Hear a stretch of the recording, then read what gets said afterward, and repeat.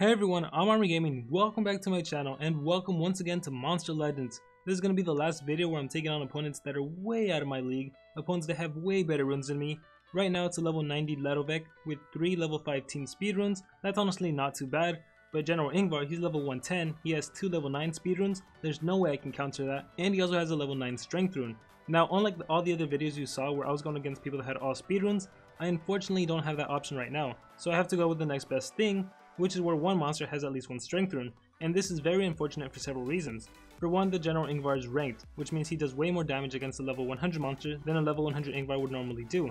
And second of all, it's a level 9 strength rune, which means he's the primary attacker. If I don't get rid of General Ingvar, I can be in some serious trouble. And then there's the issue of Tymeron. Tymeron has high level runes, 9 and a 6 speed rune, and the worst thing that can happen to me is if Tymeron does cooldowns activated on the very first turn, which limits what skills I can actually use, and then if General Ingvar does something like AoE blind. Or if he does something like Discouragement, because then my monsters are going to be even more vulnerable to General Ingvar. Or even if he does Encouragement, because then all of his monsters will be getting life regeneration and stamina regeneration. And unfortunately, I can't bring Cassia along with me. Actually, I've used all the good monsters I've wanted to use. I would really love to use Furham, Metalhead, and Cassia again, but I can't do that unfortunately. So I'm going to bring the next best thing, which is the General Ingvar himself, who doesn't have any zero cooldown skills. So if Tymeron does do cooldowns activated, that's honestly going to work against me. I'm bringing M2 Wyvern, whose name is Elliot for some reason. This monster does have a pretty powerful zero cooldown attack, so hopefully I can utilize it once or twice. And I'm bringing Pandolfo because he does have a zero cooldown stun skill.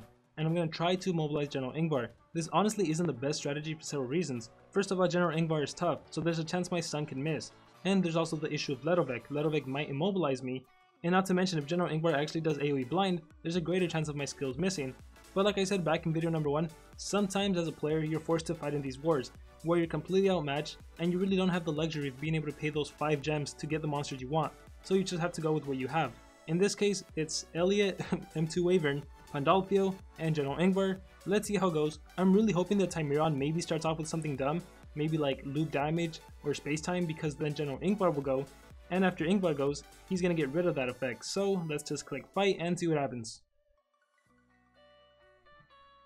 Cooldown's activated, so worst case scenario happened. Let's see if he does AoE blind. If Ingvar does blind, full attack. So things are pretty good. I can still do stuff. Let's do MS65 and take a look at that. I can almost kill Ledovec. I think I'm gonna go and knock out Ledovec. I might as well go for it. Get rid of the epic, that way he can't immobilize me. Like I said, unfortunately General Ingvar had no cooldown skills. I really wish he did have a no cooldown skill, because then I could have easily taken on Ledovec and tried to stun General Ingvar. So I'm gonna have to kill him with Pandolfo, shocking smash. I would have loved to try to stun Ingvar, but of course I miss. Of course I miss. Now this is where things are gonna get extremely complicated. Let's see. I'm probably gonna die so fast. Antarctic Wind. So now my Pandolfo is immobilized on the following turn. Dazing Wing, so now all my monsters are dazed. Tymeron does what? Loop damage. Alright, and General Ingvar does what? Stunning Assault, so now I am immobilized. This is why it would have been a really great idea to have a metal monster that was immune to stun. Someone like Metalhead. Metalhead even had a metal based attack, which would have worked wonders against the General Ingvar. Because shouting for vengeance, metal based versus a light monster, that's super effective. Not to mention it even magnetizes him. So anyways, things didn't necessarily work out the way I would have liked. And then on this case, I guess I'll just attack Ledovec. I think at this point it doesn't matter. The odds are completely on the opponent's favor. Hey cool, I dodged.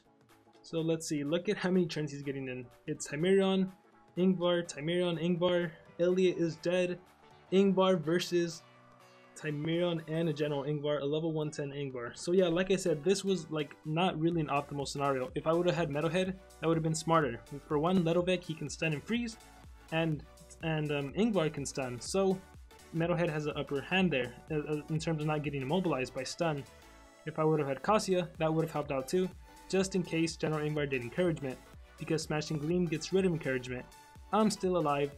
Let's see, it's Tymeron, Ingvar, Tymeron. Let's do Encouragement to recover some life on the following turn, just in case I get stop timed or stunned. Loop damage, that's not really going to do much, because Tymeron and Ingvar are going to get a turn in, and I'm actually dead. So that was it. I lost another battle. I think I ended up losing 3 battles, and I won 2 of them. I got 6 coins, so I lost 9 coins. But you guys saw those first 2 videos, it was a ton of misplays on my part, and I really wish I wouldn't have done those terrible misplays, because then I would have been able to show that life runes can be used as an advantage when you're going up against opponents that have all speed runes on defense. But unfortunately, I was just trying to go with the pace of the video. I didn't want to do so many editing and so many cuts, but that's what ended up happening. There were so many times when I could have done a better move, when I could have taken out the enemy attacker. Anyways, I really hope you guys enjoyed these last 5 episodes. Let me know what you thought about them in the comments below. And thank you all for watching. Like always, remember to dream big and pursue your passions.